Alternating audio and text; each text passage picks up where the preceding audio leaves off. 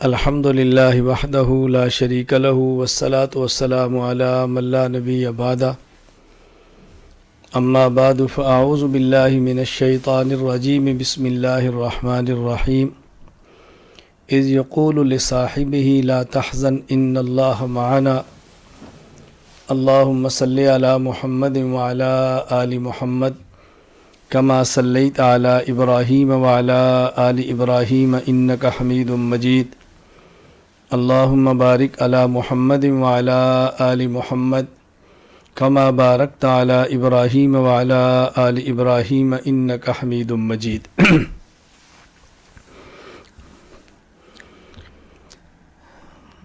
نبوت کے بعد سب سے بڑا مقام اور مرتبہ صحابیت کا ہے۔ پھر نبوت انسانیت میں سب سے اعلیٰ مقام ہے، اور انبیاء علیہ السلام میں سے سب سے اعلیٰ مقام خاتم الانبیاء، سید الانبیاء، امام الانبیاء، نبی الانبیاء حضرت محمد مصطفیٰ صلی اللہ علیہ وسلم کا ہے۔ صحابہ کرام رضی اللہ عنہم مجمعین میں سے سب سے اعلیٰ عرفہ افضل مقام حضرت سیدنا ابو بکر صدیق رضی اللہ تعالی عنہ کا ہے۔ نبوت ایک وہبی چیز ہے، کسبی چیز نہیں۔ نبی انسان عمل سے نہیں بنتا بلکہ محض اللہ کی عطا سے بنتا ہے۔ نبوت کے بعد سب سے بڑا مقام و مرتبہ یہ صحابیت کا ہے، اس کو اچھی طرح ذہن نشین فرمائیں۔ نبوت کمالات میں سے کمال علمی کا نام ہے۔ دنیا میں جتنے بھی کمالات ہیں، ان کمالات کا حاصل، ان کمالات کا مجموعہ، ان کمالات کا خلاصہ دو ہیں۔ نمبر ایک کمال علمی، نمبر دو کمال عملی۔ نبوت کمال علمی ہے، اس پہ دلیل کیا ہے؟ کسی شخص کا کمال وہ ہوتا ہے جو اس میں ہو اور دوسرے میں نہ ہو، یا جتنا اس میں ہو اتنا دوسرے میں نہ ہو۔ جو علم اللہ نبی کو دیتا ہے، نبی کی امت میں سے کسی کے پاس اور امت کے سارے افراد کو ملا بھی لیا جائے تو ان کا علم پیغمبر کے برابر کیا، پیغمبر کے علم کے قریب بھی نہیں ہوتا۔ جہاں تک تعلق عمل کا، اس میں بظاہر مقدار میں کبھی کوئی امتی عمل میں نبی سے آگے نکلتا ہے۔ میں مثال کے طور پہ عرض کرتا ہوں، حضور اکرم صلی اللہ علیہ وسلم نے اپنے 23 سالہ دور نبوت میں ایک حج فرمایا۔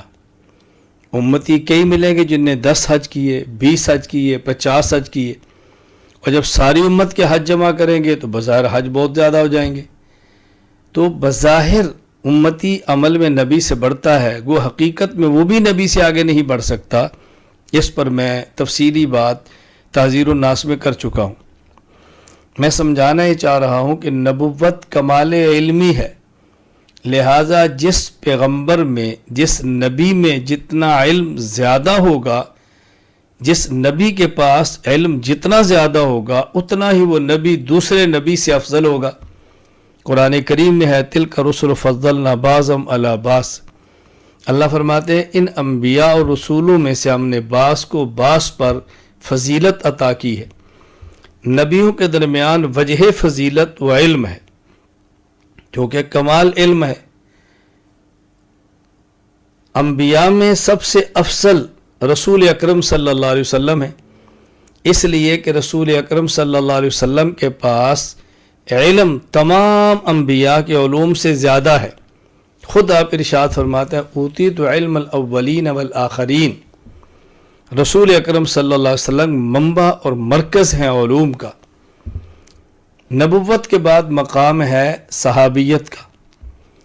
صحابہ کرام میں جو وجہ فضیلت ہے اور صحابہ کرام میں جو وجہ کمال ہے وہ صحابیت ہے۔ یعنی جس طرح نبوت کمال علمی کا نام ہے، صحابیت یہ فضیلت صحابیت کا نام ہے.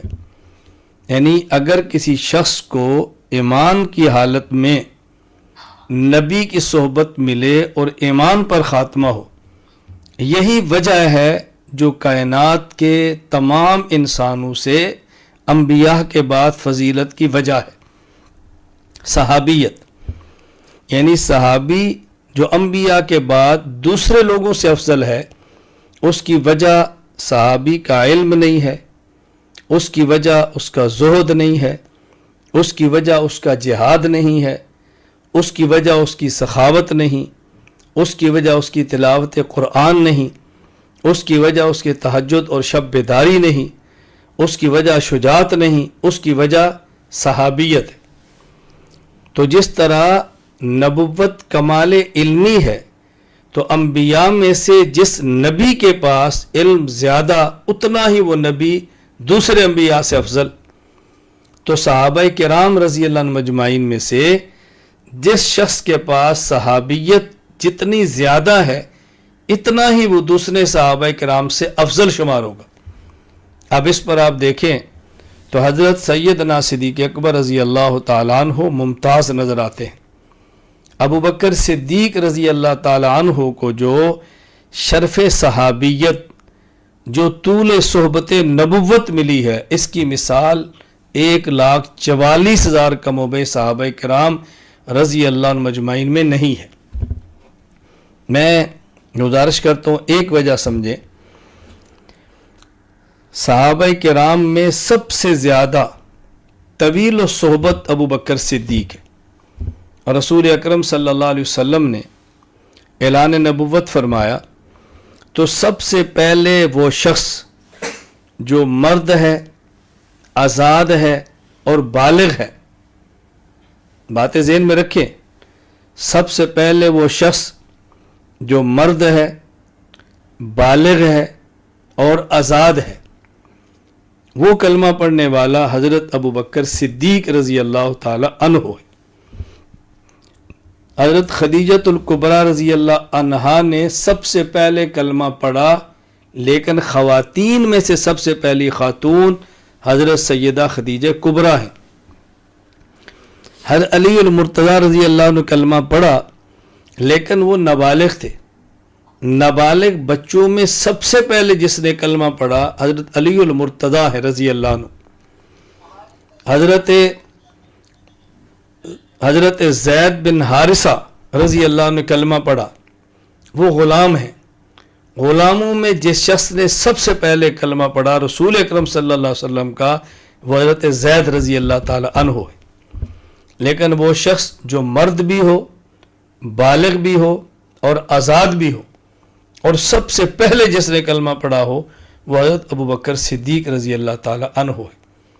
گویا رسول اکرم صلی اللہ علیہ وسلم کا جو ساتھ ہے، نبوت کی جو صحبت ہے، وہ سب سے زیادہ حضرت ابو بکر صدیق رضی اللہ تعالی عنہ کو ملی ہے.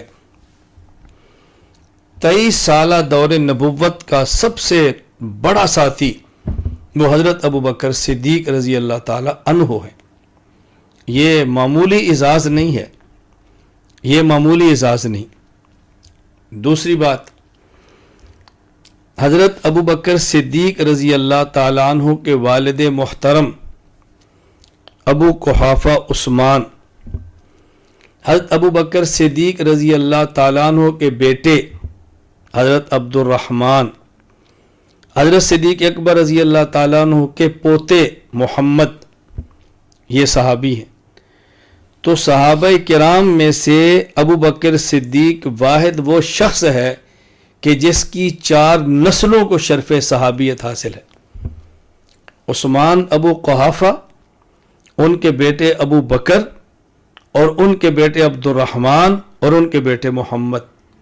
یہ صحابہ کرام رضی اللہ عنہ مجمعین میں سے، اور پوری تاریخ انسانی میں کسی کو عظمت اور یہ شرف حاصل نہیں ہوا جو ابو بکر صدیق رضی اللہ تعالی عنہ کو ہے. گویا طویل الصحبت بھی ہیں، اور خاندان کے اعتبار سے آپ ان کے نسب کو دیکھیں تو کثیر و صحبت بھی ہے۔ ابو بکر صدیق رضی اللہ تعالیٰ عنہ کا خونی رشتہ اوپر سے نیچے، نیچے سے اوپر تک 4 نسلیں پیغمبر کی صحابی بنی ہیں، جو کہ معمولی اعزاز نہیں ہے۔ اللہ اکبر، بہت بڑا اعزاز ہے۔ اور پھر تیسری بات صحابیت کے حوالے سے، رسول اکرم صلی اللہ علیہ وسلم کے صحابہ کرام میں سے کسی نہ کسی صحابی کی کوئی خصوصیت ہے۔ مثلا حضرت عثمان رضی اللہ عنہ کی خصوصیت یہ ہے کہ یکے بعد دیگرے ان کے نکاح میں نبی کی 2 بیٹیاں آئی ہیں، ان کو ذوالنورین کہتے ہیں۔ ذوالنورین کہنے کی وجہ بھی یہ ہے کہ 2 نور نظر، 2 لخت جگر نبی کے ان کے نکاح کے اندر آئی ہیں۔ اسی طرح حضرت زید رضی اللہ تعالیٰ عنہ، ان کی خصوصیت یہ ہے کہ قرآن کریم نے صحابہ کرام میں سے واحد صحابی حضرت زید کا نام لیا ہے۔ فلما قضا زید منہا وطرا، نام لیا ہے زید رضی اللہ عنہ، بہت بڑا اعزاز ہے۔ اسی طرح مختلف صحابہ کرام کے مختلف اعزاز ہیں۔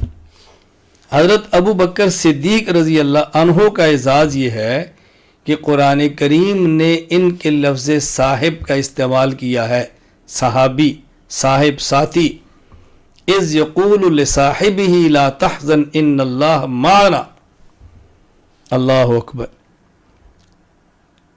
ان کی صحابیت پر قرآن کی تصریح ہے، وضاحت ہے۔ ابو بکر صدیق رضی اللہ تعالیٰ عنہ، انسانیت میں سب سے بڑا مقام نبوت کا، نبوت میں کمال علمی۔ حضرت رسول اکرم صلی اللہ علیہ وسلم کے پاس تمام انبیاء سے زیادہ علم ہے، آپ تمام انبیاء سے اعلیٰ اور افضل ہیں۔ آپ کے اعلیٰ اور افضل انبیاء ہونے کی وجہ ایک نہیں کئی ہے، میں ایک وجہ بتا رہا ہوں۔ نبوت کے بعد سب سے بڑا مقام اور مرتبہ صحابیت کا ہے۔ صحابہ کرام میں سب سے افضل حضرت ابو بکر صدیق ہے رضی اللہ تعالیٰ عنہ۔ کیوں؟ صحابی کی وجہ فضیلت دیگر افراد پر وہ صحابی ہونا ہے۔ ابو بکر صدیق رضی اللہ تعالیٰ عنہ اس میں ممتاز ہیں، 3 وجہ۔ نمبر 1، سب سے زیادہ زمانہ صحبت نبوت کا ابو بکر صدیق نے پایا۔ نمبر 2، 4 نسلیں ابو بکر صدیق رضی اللہ عنہ کی حضور کی صحابی بنی ہیں۔ نمبر 3، صدیق اکبر وہ واحد شخص ہے جس کو قرآن کریم نے صاحب کے لفظ صحابی ہونا فرمایا ہے۔ اس لیے میں کہہ رہا تھا ابو بکر صدیق رضی اللہ تعالیٰ عنہ یہ افضل الصحابہ ہیں، افضل الناس بعد الانبیاء ہیں، انبیاء کے بعد افضل البشر ہیں۔ ابو بکر صدیق رضی اللہ تعالیٰ عنہ معمولی شخص نہیں ہے، جس کو اچھی طرح سمجھے جو بات میں نے عرض کی ہے۔ پھر ابو بکر صدیق رضی اللہ تعالیٰ عنہ رسول اکرم صلی اللہ علیہ وسلم کے دنیا سے تشریف لے جانے کے بعد خلیفۃ الرسول ہیں صلی اللہ علیہ وسلم، اور خلیفۃ الرسول بھی بلا فصل ہیں۔ ابو بکر صدیق رضی اللہ تعالیٰ عنہ نبوت کے صحیح معنی میں جانشین ہیں۔ ابو بکر صدیق رضی اللہ تعالیٰ عنہ صحیح معنی میں پیغمبر پاک کے جانشین ہیں۔ ابو بکر صدیق رضی اللہ تعالیٰ عنہ دیکھیے، رسول اکرم صلی اللہ علیہ وسلم کے بعد جو یکے بعد دیگرے صحابہ کرام میں سے خلفاء بنے، ابو بکر، عمر، عثمان، علی رضی اللہ عنہم خلفائے راشدین، ان چاروں میں ابو بکر اور عمر یہ رسول اللہ صلی اللہ علیہ وسلم کے سسر ہیں، کیونکہ صدیق کی بیٹی عائشہ حضور کے گھر میں ہے، عمر کی بیٹی حفصہ حضور کے گھر میں ہے رضی اللہ عنہم۔ حضرت عثمان علی داماد بنے ہیں۔ رسول اللہ صلی اللہ علیہ وسلم کی بیٹی رقیہ ام کلثوم یکے بعد دیگرے عثمان کے گھر میں ہیں۔ رسول اللہ صلی اللہ علیہ وسلم کی بیٹی فاطمۃ الزہرا حضرت علی کے گھر میں ہیں۔ ابو بکر عمر سسر ہیں، عثمان علی داماد ہیں۔ سسر باپ کی طرح ہے، داماد بیٹے اولاد کی طرح ہے۔ پھر ان میں ابو بکر مسلمان پہلے، عمر میں بڑے، قربانی زیادہ، ابو بکر کا نمبر 1 ہے۔ عمر میں چھوٹے، اسلام بعد ملا ہے، قربانی کم، نمبر 2 پر ہے۔ حضرت عثمان و علی میں سے عثمان داماد دوہرے ہیں، نمبر 3 ہے۔ علی داماد اکارے ہیں، نمبر 4 ہے۔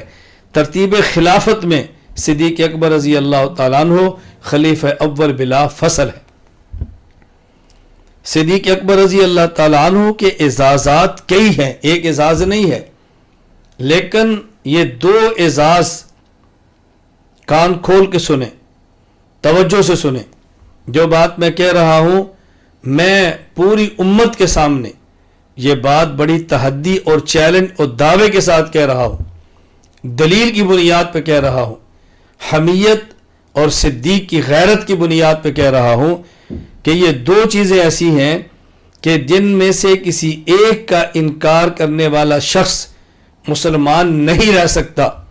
جو حضرت ابو بکر صدیق رضی اللہ عنہ کو صحابی نہ مانے، مسلمان وہ بھی نہیں ہوتا۔ جو صدیق اکبر کو حضور صلی اللہ علیہ وسلم کے بعد خلیفہ اول بلا فصل نہ مانے، مسلمان وہ بھی نہیں ہوتا۔ یہ صدیق اکبر کی بنیادی 2 بڑی خصوصیات ہیں۔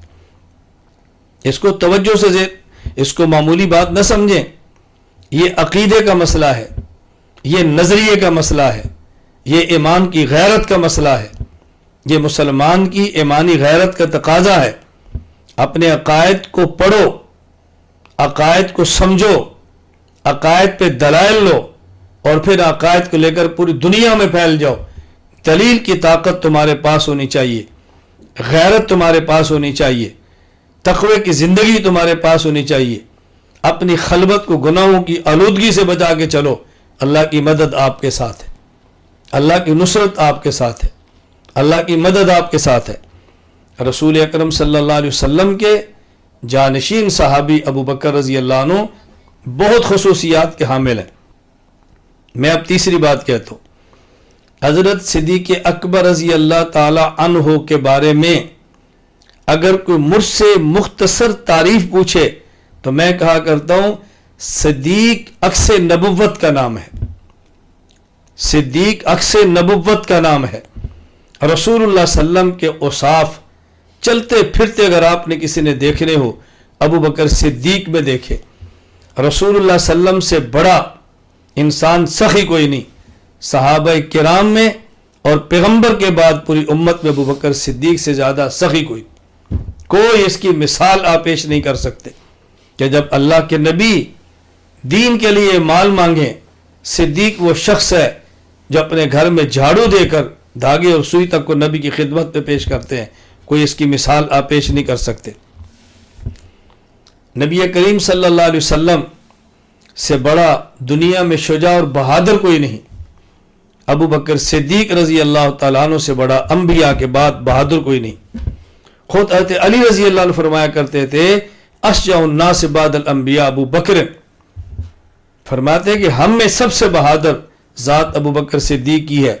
آپ غزوہ حنین کو دیکھیں، نبی صلی اللہ علیہ وسلم آگے بڑھ رہے ہیں، آپ کی جماعت کے پاؤں اکھڑ گئے، اس طرح اچانک دشمن نے تیر اندازی کی، ایک مرتبہ پاؤں کھڑے اور رسول اللہ صلی اللہ علیہ وسلم آگے بڑھ رہے ہیں اور فرماتے ہیں انا النبی لا کذب انا ابن عبد المطلب، انا النبی لا کذب انا ابن عبد المطلب، انا النبی لا کذب انا ابن عبد المطلب۔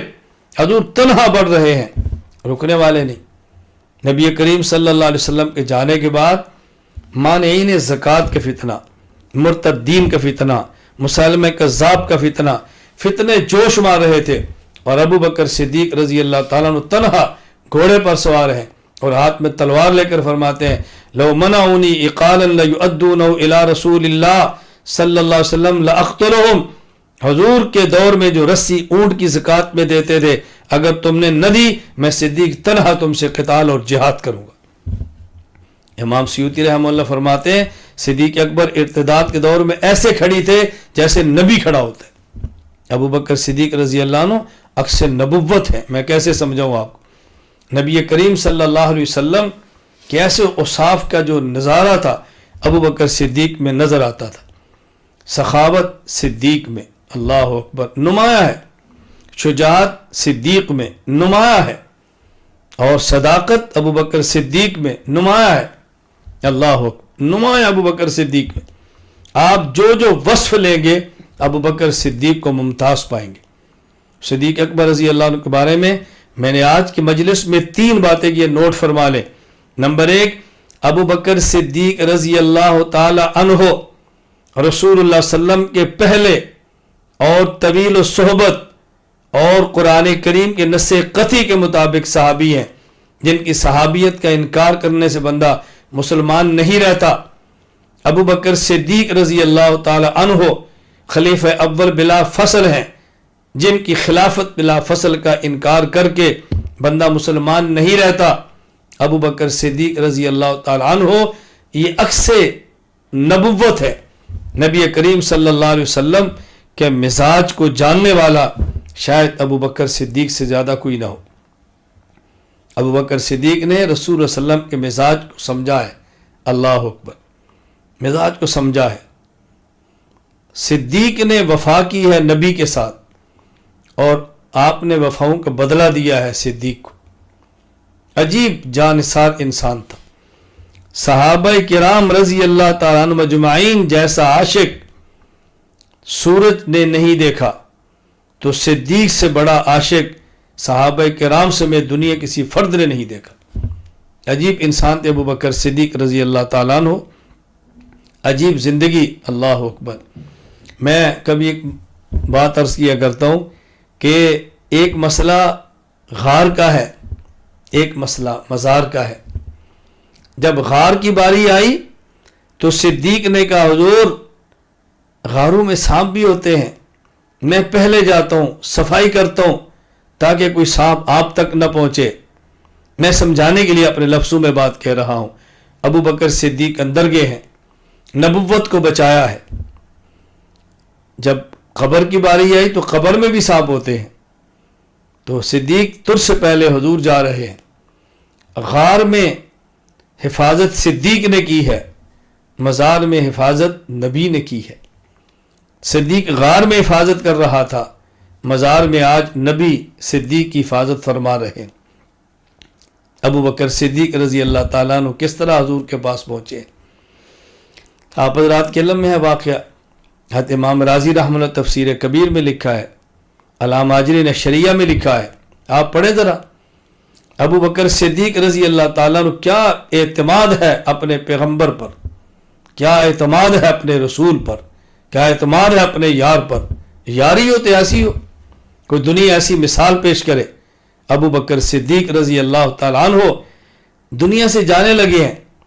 اللہ اکبر. فرمایا جب جاؤ اجازت مانگو، اجازت ملے تو مجھے دفن کرو.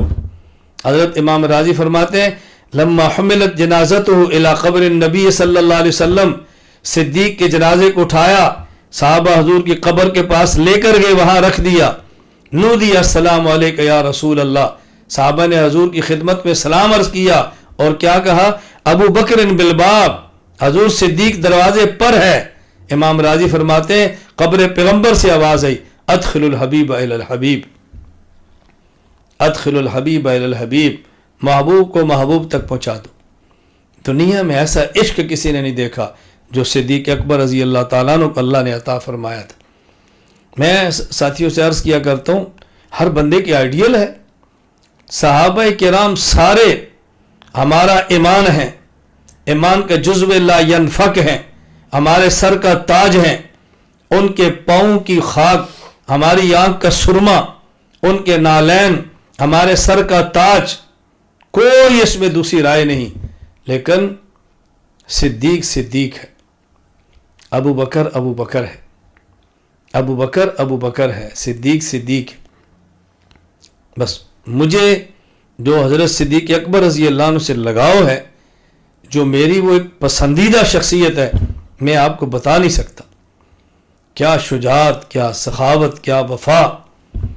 میں چونکہ ایک تحریک چلا رہا ہوں، پورے عالم میں عقائد کی تحریک لے کر اٹھاؤں. میری خواہش ہے اہل سنت والجماعت کے صحیح عقائد کچے پکے گھر تک پہنچے، امیر اور غریب تک پہنچے، مرد اور عورت تک پہنچے، دین اصلی شکل میں امت کے ہر فرد تک پہنچے، اس کے لیے میں بستی بستی گیا ہوں، گاؤں گاؤں گیا ہوں، قریہ قریہ گیا ہوں، شہر شہر گیا ہوں، جس ملک تک میں جا سکتا تھا میں گیا ہوں، جو تکلیف اٹھا سکتا تھا اٹھائی ہے، جو میرے بس میں تھی اللہ قبول فرما لے میں نے مشقت برداشت کی ہے۔ اب ظاہر ہے جو یوں تحریک کو لے کر اٹھتا ہے اس کو چاہیے اپنے ساتھ افراد، اور میں یقین کرے کہا کرتا ہوں کہ تحریک اس وقت نتیجے پر پہنچتی ہے جب ایک صدیق مل جائے، ایک فاروق مل جائے، عثمان مل جائے، علی مل جائے، پھر تحریک پہنچتی ہے۔ میں جو صدیق کا شدا ہوں اس لیے کہ میں ایک تحریک چلا رہا ہوں، حضرت صدیق جیسے افراد چاہیے جو اپنی جان پیش کر دیں، اپنا مال پیش کر دیں، وفاداری پیش کر دیں، اپنے وجود کو اپنے قائد پر فنا کر دیں، تحریک اسے نتیجے پر پہنچتی ہے۔ میں گزارش کرتا ہوں تخصص کے طلباء سے، دورہ حدیث کے طلباء سے، اپنے ساتھ تعلق رکھنے والے ہر فرد سے میں آپ سے گزارش کرتا ہوں آؤ میرا دست و بازو بنو۔ اگر عقائد کی محنت جو میں لے کر نکلا ہوں یہ حق ہے اور یہ صحیح ہے، منہج درست ہے، ہمارے اکابر کی دعوت ہے، تو دست و بازو بنو، میدان عمل میں نکلو، اپنا سب کچھ پیش کرو۔ اور میں خدا کی قسم اٹھا کر کہہ رہا ہوں اللہ مال اسی کا لیتے ہیں جس کے مال کو پسند فرماتے ہیں، وقت اسی کا لیتے ہیں جس کا وقت پسند فرماتے ہیں، جان اسی کی لیتے ہیں جس کی جان کو پسند فرماتے ہیں، اولاد اسی کی لیتے ہیں جس کی اولاد پسند فرماتے ہیں، گھر اسی کا لیتے ہیں جس کا گھر پسند فرماتے ہیں، جس کا کچھ لگ جائے وہ اللہ کا شکر ادا کرے اور جس کا کچھ نہ لگے وہ روئے، جس کا کچھ نہ لگے وہ روئے کہ میں قبول کیوں نہیں ہو رہا۔ یہ کوئی چلاکی نہیں ہے کہ آدمی اپنی جان چھڑا کے نکل جائے۔ آپ میرے شاگرد ہیں، میں گفتگو آپ سے کر رہا ہوں اور میں آپ سے اس بنیاد پر بھیک مانگتا ہوں، بھیک پیسوں کے نہیں، آپ سے اللہ کا واسطہ دے کر کہتا ہوں بیٹا عقائد کو سیکھو، بولنے والی زبان پیدا کرو، سمجھنے والا دماغ تیار کرو، اعصابی قوت کو مضبوط کرو اور گناہوں کی لعنت سے بچ کے دین کی خدمت کرو۔ دنیا اللہ آپ کے قدموں میں لا دے گی، اللہ دنیا کے کونے کونے تک آپ کو پہنچا دے گی۔ ہمارے ذمے حق کی آواز لگانا ہے، پہنچانا اللہ کا کام ہے، میدان میں نکلنا ہمارے ذمے ہے، نصرت اور مدد میرے اللہ کے ذمے ہے، صحیح عقیدہ بیان کرنا ہمارے ذمے ہے، کچے پکے گھر تک پہنچانا میرے اللہ کی ذمہ داری ہے۔ ذا جاء الحق وزهق الباطل، حق آتا ہے تو باطل دوڑتا ہے، حق نہیں آئے گا میدان میں باطل دوڑے گا کیسے؟ میں اس لیے گزارش کرتا ہوں آؤ اپنا مزاج بناؤ۔ حضرت صدیق اکبر رضی اللہ تعالیٰ عنہ وہ صحابی رسول ہیں جن کی صحابیت کا انکار کرنا دائرہ ایمان سے نکال دیتا ہے، وہ خلیفہ اول بلا فصل ہیں جن کی خلافت کا انکار کرنا دائرہ اسلام سے نکال دیتا ہے۔ ابو بکر صدیق رضی اللہ عنہ سے نبوت ہیں، نبی کے وفادار ہیں، نبی کے عاشق ہیں، صدیق تو صدیق ہے۔ اللہ مجھے اور آپ کو بات سمجھنے کی توفیق عطا فرمائے۔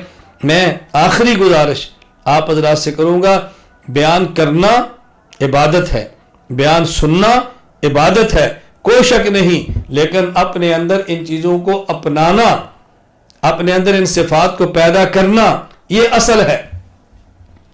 صرف لذت کے لیے بیان نہ کریں، لذت کے لیے بیان نہ سنیں، واہ واہ کے لیے بیان نہ کریں اور واہ واہ کے لیے بیان نہ سنیں۔ بیان کرنے والا ذہن بنائے کہ میں نے عمل کرنا ہے، بیان سننے والا ذہن بنائے کہ میں نے عمل کرنا ہے۔ ہم نے صدیق کے نقش قدم پہ چلنا ہے انشاءاللہ العزیز، ہر حال میں نبوت کے دین کا ساتھ دینا ہے، ہر حال میں ختم نبوت پہ پہرا دینا ہے، ہر حال میں صحابہ کرام کا دفاع کرنا ہے، ہر حال میں ائمہ مجتہدین کا دفاع کرنا ہے، ہر حال میں اپنے اکابر کے ساتھ رہنا ہے، ہر حال میں حق کو بیان کرنا ہے، ہر حال میں ڈنکے کی چوٹ پہ دلیل کے ساتھ، اعتدال کے ساتھ، اخلاص کے ساتھ دین حق کو بیان کرنا ہے، کرتے رہنا ہے، اور اسی پر ہم نے اللہ سے اپنی موت مانگنی۔ اللہ تعالیٰ مجھے بھی قبول فرمائے، اللہ تعالیٰ آپ کو بھی قبول فرمائے، اللہ ہم سب کو اپنے دین کی عالی خدمت کے لیے قبول فرمائے۔ وآخر دعوانا ان الحمدللہ رب العالمین، الحمدللہ رب العالمین،